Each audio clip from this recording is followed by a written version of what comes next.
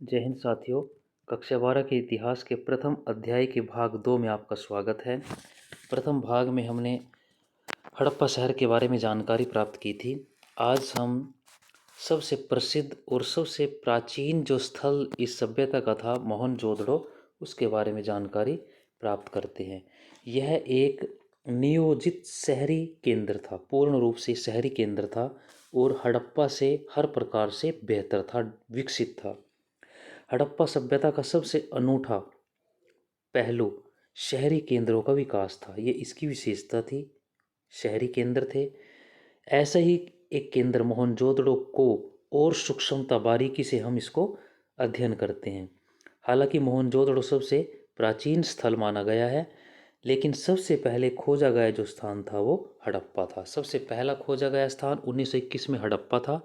दूसरा स्थान 1922 में मोहनजोदड़ो खोजा गया।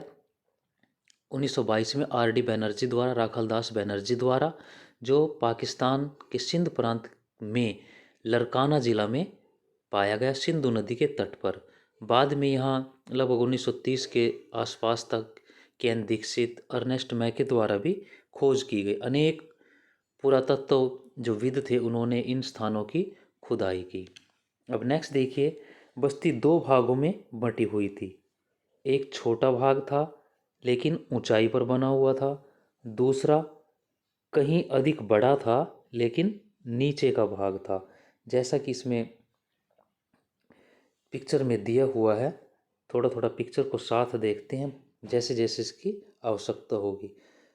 लाइन वाइज हम इसको करेंगे ताकि हमें बुक की आपको बार बार आवश्यकता ना पड़े। ये दुर्ग था जो छोटा क्षेत्र था लेकिन बहुत ऊंचे स्थान पर बना हुआ था। ये निचला शहर था।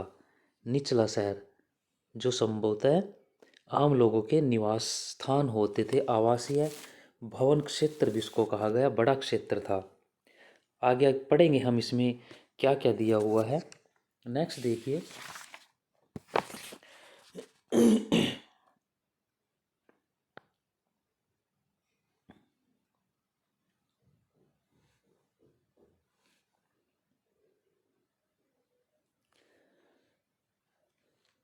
क्रमशः दुर्ग और निचला शहर इसको कहा गया। जो दुर्ग है उस दुर्ग को किला जिसको कहा गया और दूसरा निचला शहर कहा गया।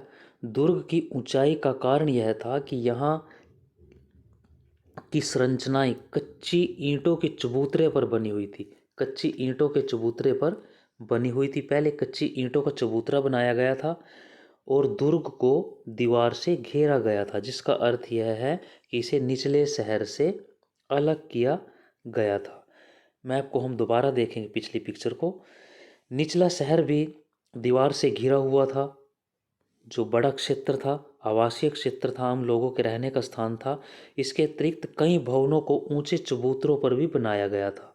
ऐसा नहीं था कि उस निचले भाग में सभी निम्न स्तर के आवास थे, कुछ ऊंचे चबूतरों पर भी बनाए गए थे। अनुमान लगाया गया कि यदि एक श्रमिक प्रतिदिन 1 घन मीटर मिट्टी ढोता होगा तो मात्र आधारों को बनाने के लिए 40 लाख श्रम दिवसों, अर्थात बहुत बड़े पैमाने पर श्रम की आवश्यकता पड़ी होगी। इसका अभिप्राय ये है कि इन स्थानों पर इन स्थानों के निर्माण में बहुत अधिक श्रमिकों ने काम किया, बहुत लंबे समय तक।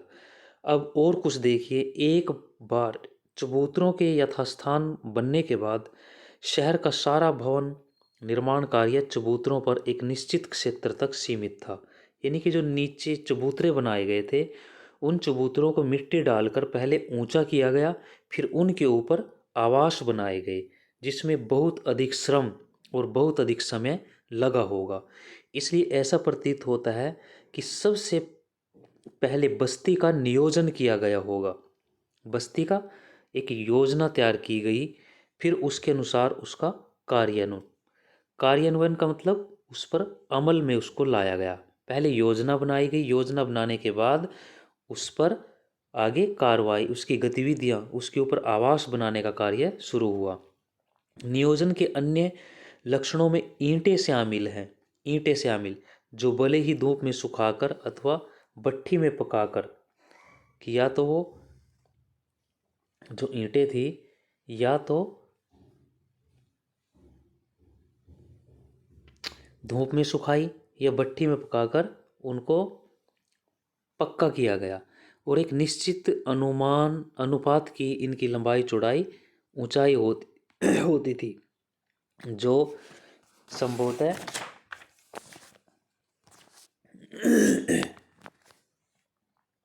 4.2.1, यानी कि ये ईंटों का आकार था। लंबाई 4, उसका आधा, उसकी चौड़ाई 2 और उसकी ऊंचाई 1, यानी कि आधे आधे होते चले गए। जैसे इसमें दिया हुआ है, ये चौड़ाई ऊंचाई के क्रम से 4 गुना और दुगनी होती थी।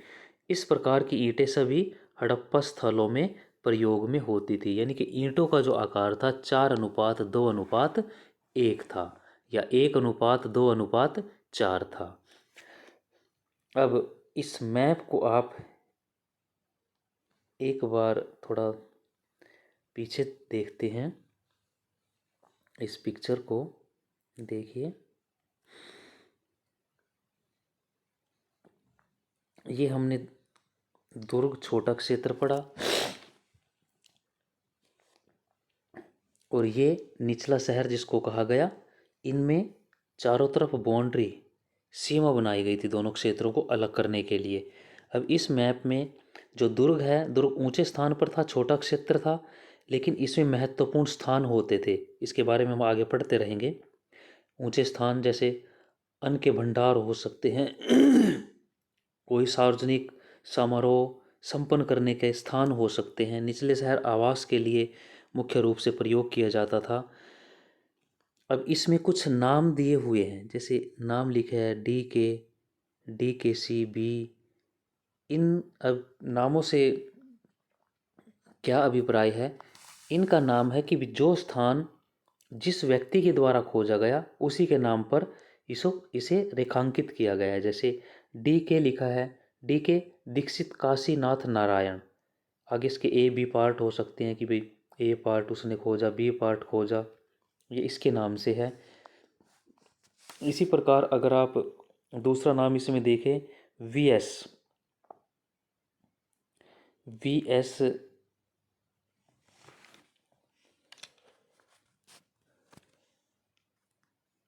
दिया हुआ है, माधव स्वरूप वत्स। ये जो स्थान जिस व्यक्ति ने खोजा, ये उन्हीं के नाम से ये नाम इसमें लिखे गए हैं। जैसे नीचे अगर आप इसके देखें तो नीचे ये दिया हुआ है,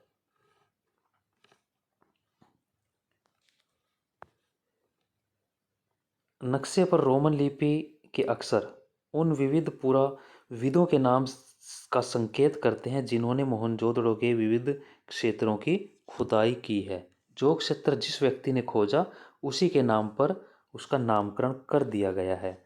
अब नेक्स्ट देखिए, ये हड़प्पा की दुर्दशा का एक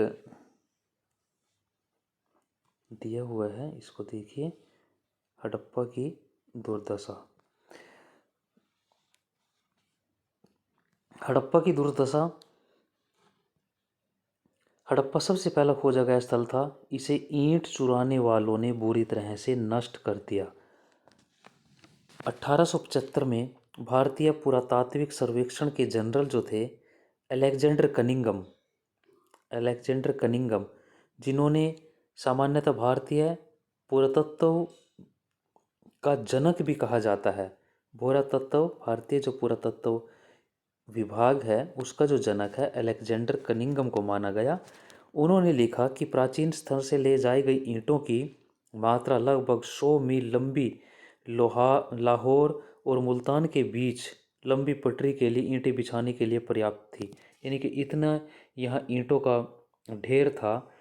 इस प्रकार इस स्थल की कई प्राचीन संरचनाएं नष्ट कर दी गई। इसके विपरीत मोहनजोदड़ो कहीं बेहतर और सुरक्षित था। ये इसमें जो अलेक्जेंडर कनिंघम थे उसने पूरी तरह से साफ किया कि जो हड़प्पा नगर है उसके पतन का क्या कारण रहा। उसके पतन यानी कि उस जो स्थिति थी उसको नष्ट करने में हम लोगों ने पूरा योगदान दिया। हम उसको समझ नहीं पाए। पिछली वीडियो में हमने इस पे चर्चा की थी। अब नेक्स्ट देखिए नालों का निर्माण। अब नालों के निर्माण हड़प्पा शहरों की सबसे जो विशिष्ट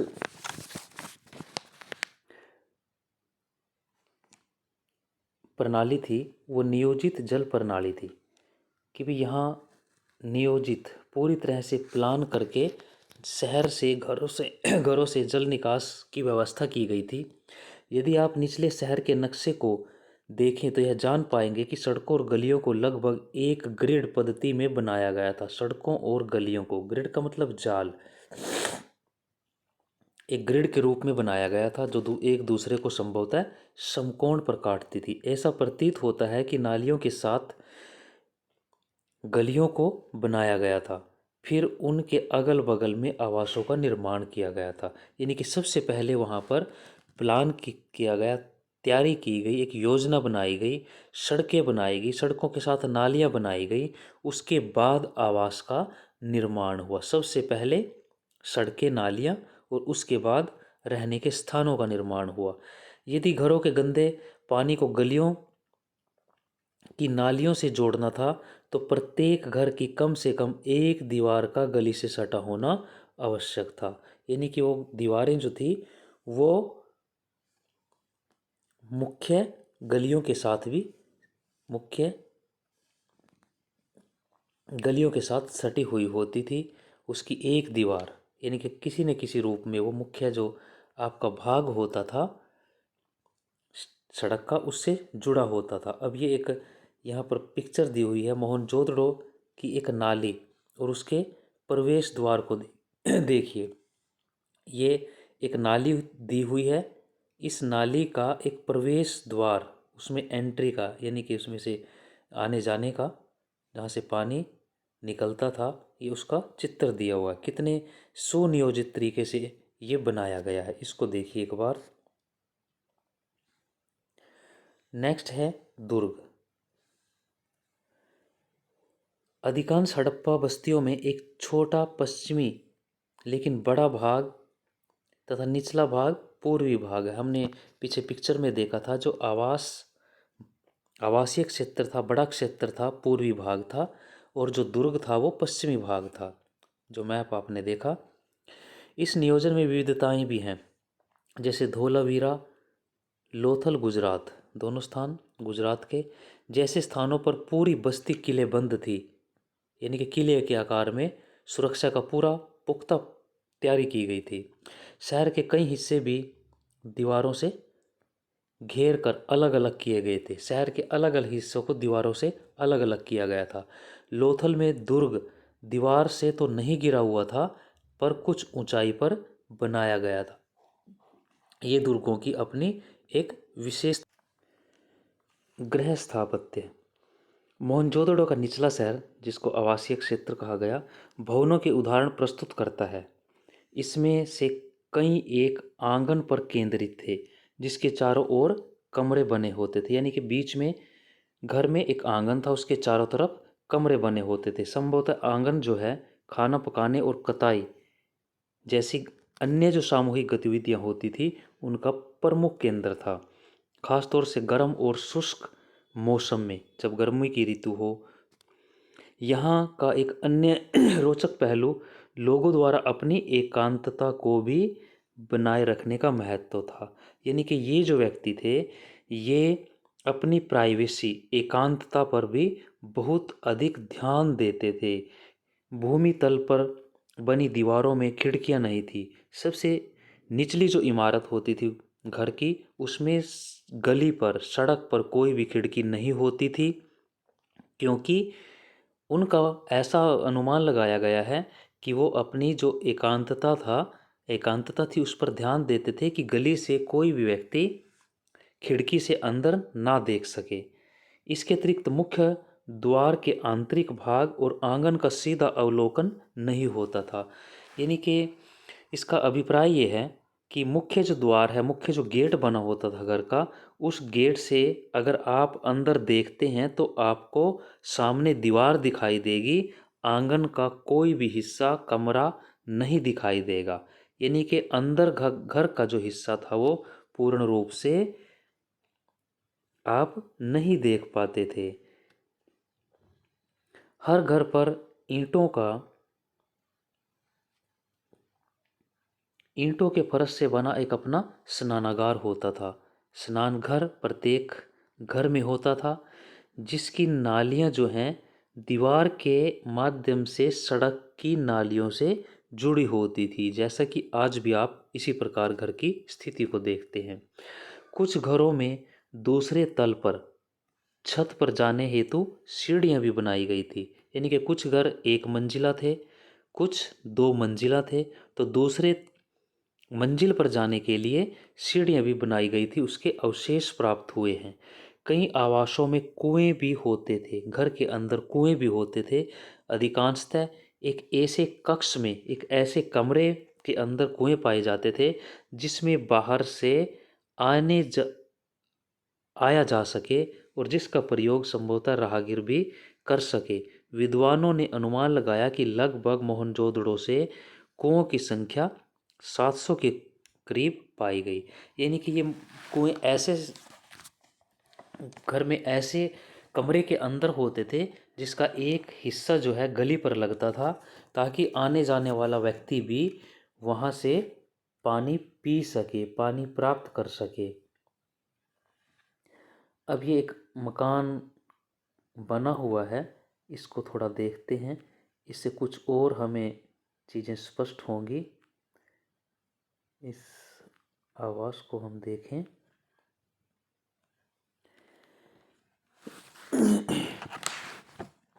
ये मकान दो मंजिले मकान, ये मकान दो मंजिले मकान बने हुए हैं। ये आंगन है, इस आंगन के चारों ओर ये कमरे बने हुए हैं।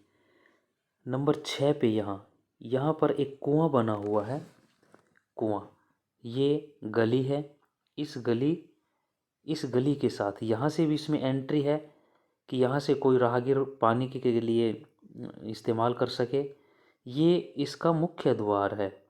इस मुख्य द्वार से अगर आप अंदर झांकें तो सामने दीवार दिखाई देगी और उसके बाद यहाँ से ये आंगन में एंट्री है। तो आप गली से सीधे आंगन को नहीं देख सकते थे, कमरों को नहीं देख सकते थे, सामने ये दीवार दिखाई देती थी। तो इसमें कुआं, ये मुख्य गेट, ये आंगन, उसके चारों ओर कमरे, तो इस प्रकार इनकी मुख्य बनावट बनी हुई थी। और आप सीढ़ियाँ भी देख सकते हैं, ये ऊपर मंजिल जाने के लिए ये सीढ़ियाँ भी दी हुई हैं यहाँ, सीढ़ियाँ। तो ये इस प्रकार के कमरे बने हुए थे। केवल लोथल एक ऐसा स्थान मिला है जहाँ मुख्य सड़क पर दरवाजे थे, अन्यथा इनके जो मुख्य दरवाजे थे उस मुख्य सड़कों पर नहीं थे, गलियों में थे, और खिड़कियाँ भी इन गलियों में नहीं खुलती थी। ये इनकी विशेषता दी गई है। अब नेक्स्ट देखिए,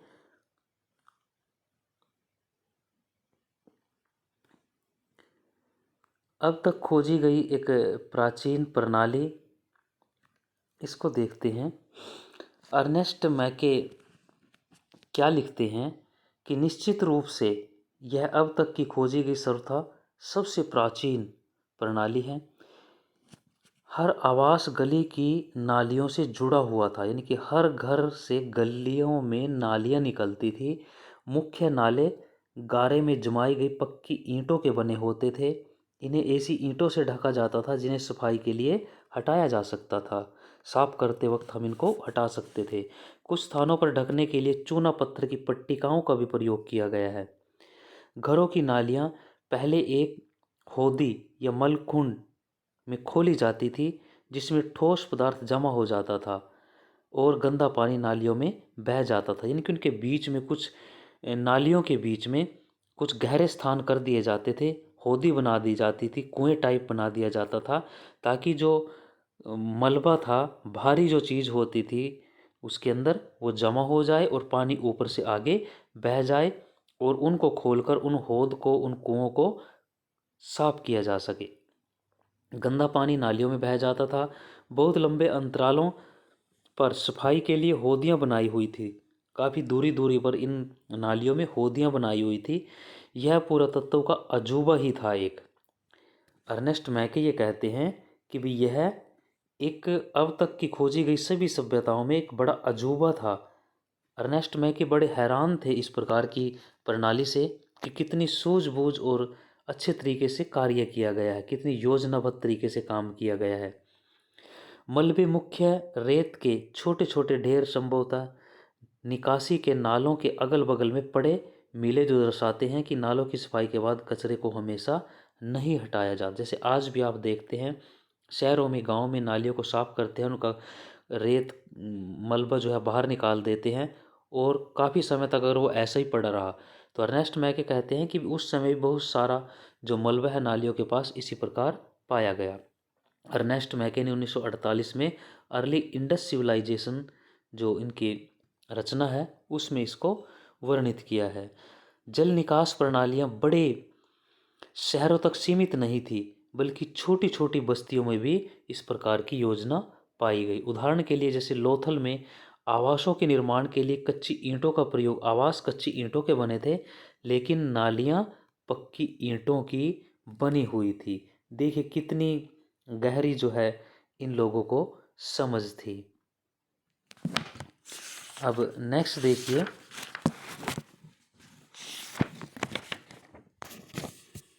नेक्स्ट दुर्ग।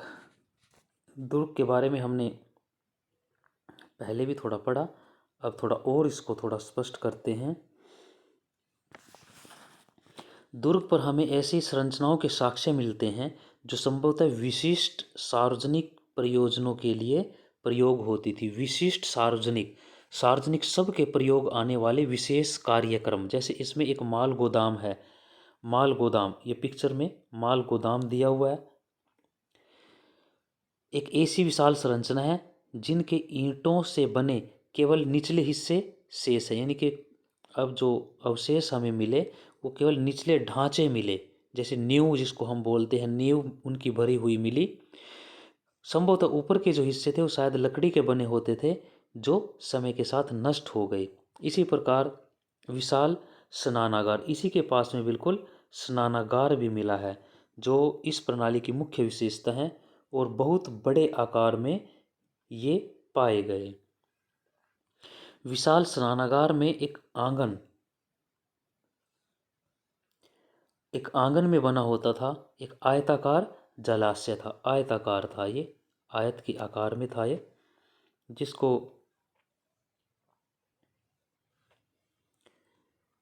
आयत के आकार में, जो चारों ओर से गलियों से घिरा हुआ था। यानी कि इसके आयताकार था और चारों ओर इसके मुख्य सड़क होती थी, गलियां होती थी। जलाशय के तल पर जाने के लिए इसके उत्तरी और दक्षिणी भाग में सीढ़ियां भी होती थी। इनकी विशेषता ये थी कि इनमें सीढ़ियां भी बनी हुई थी। जलाशयों के किनारों पर पक्की ईंटों को जमाकर और जिप्सम के गारे का प्रयोग करके इसे जलबद्ध किया जाता था। यानी कि इनमें जैसे आज आप प्लास्टर करते हैं, प्लस्तर करते हैं कि लीकेज ना हो पानी की, पक्का करते हैं, तो उसी प्रकार इस स्नानागार में भी इस पद्धति का प्रयोग किया गया ताकि पानी नीचे ज़मीन में ना जाए। इसके तीनों ओर कक्ष भी बने हुए थे, कमरे भी बने हुए थे, जिनमें एक से एक बड़ा कुआं, जिनमें एक में एक बड़ा कुआं भी होता था। जलाशय से पानी एक बड़े नाले में बह जाता था। इसके उत्तर में एक गली के दूसरी ओर अपेक्षाकृत एक छोटी संरचना थी जिसमें 8 स्नानागार बने होते थे। एक गलियारे के दोनों ओर 4-4 स्नानागार बने होते थे। ये इस सभ्यता में स्नानागार में दिया हुआ है। अब नेक्स्ट देखिए,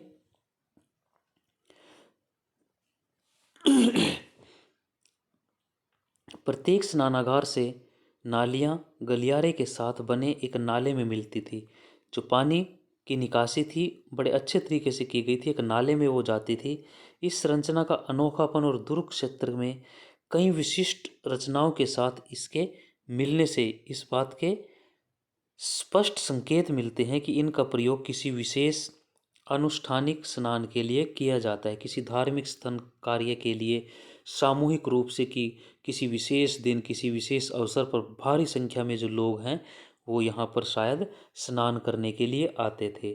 ऐसा इस चित्र के माध्यम से पाया गया है। अब नेक्स्ट दिया हुआ है सामाजिक विभिन्नताओं का अवलोकन। जो समाज में विभिन्नताएं होती हैं, अमीर गरीब, ऊंच नीच, छोटा बड़ा, इस प्रकार की, तो इसमें सबसे पहला दिया है सवादान। सवादान का मतलब अंतिम संस्कार की उनकी विधि कैसी थी। उससे क्या पता चलता है कि यहाँ के जो लोग थे, अमीर थे गरीब थे, कैसे थे। पुरातत्व विधि यह जानने के लिए कि क्या किसी संस्कृति विशेष में रहने वाले लोगों के बीच सामाजिक आर्थिक भिन्नताएं थी, क्या उनके बीच में सामाजिक आर्थिक भिन्नताएं थी या सभी समान थे। सामान्य कई विधियों का प्रयोग करते हैं। इन्हीं विधियों में से एक सवादान का अध्ययन है। आप मिस्र के विशाल पिरामिडों, जिनमें से कुछ हड़प्पा सभ्यता के समकालीन भी थी, समकालीन एक ही समय में दोनों सभ्यताएं थी, से परिचित हैं। इनमें से कई पिरामिड राजकीय सवाधान थे। राजकीय सवाधान का मतलब जो राजाओं के, जो राजा थे उनके कब्रें थी। यहाँ बहुत बड़ी मात्रा में धन संपत्ति दफनाई गई थी। राजा जब मर गए उनके शवों के साथ भारी मात्रा में सोना चांदी, जो भी उनकी कीमती संपत्ति थी, उसको दफना दिया गया। लेकिन हड़प्पा स्थलों से मिले जो सावधान हैं उनमें आमतौर पर मृतकों को गर्तों में, गर्त मतलब गड्ढे, गड्ढों में दफनाया गया। कभी कभी सावधान गर्त की बनावट एक दूसरे से भिन्न होती थी, यानी कि कोई उनका निश्चित पैमाना नहीं था कि भाई कितना उनका साइज होगा, उनकी बनावट अलग अलग होती थी।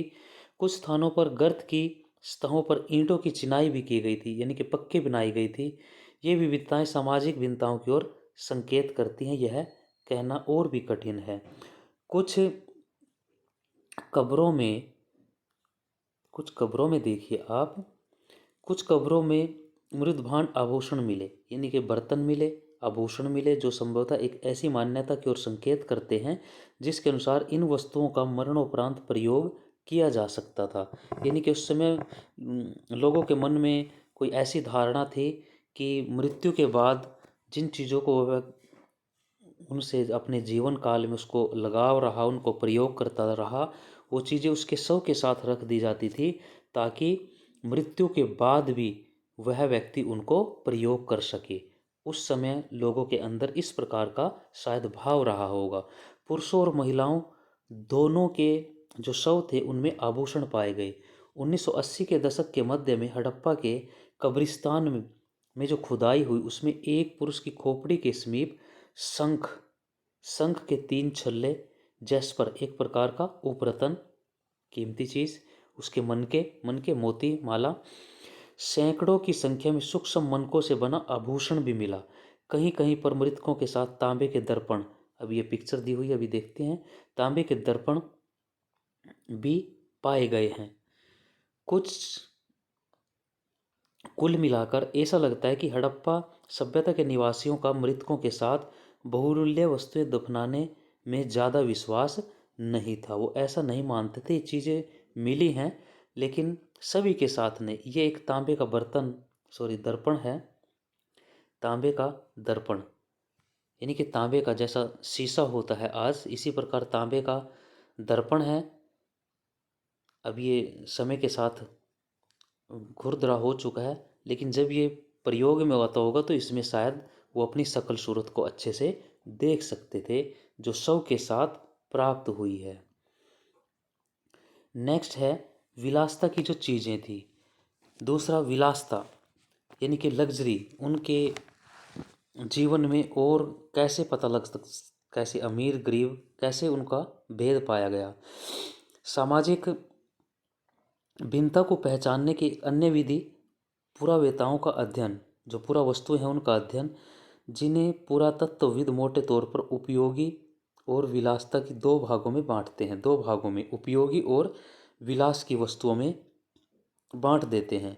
पहले वर्ग में रोजमर्रा की वस्तुएं, जिनको आदमी हर रोज और हर व्यक्ति प्रयोग करता था, जिन्हें पत्थर और मिट्टी जैसे सामान्य पदार्थों से आसानी से बनाया जा सकता था। जिन्हें मिट्टी पत्थर से आसानी से बनाया जा सकता था, सर्वसुलभ थी, यानी कि सबके उपयोग के लिए थी और सभी के घरों में पाई जाती थी।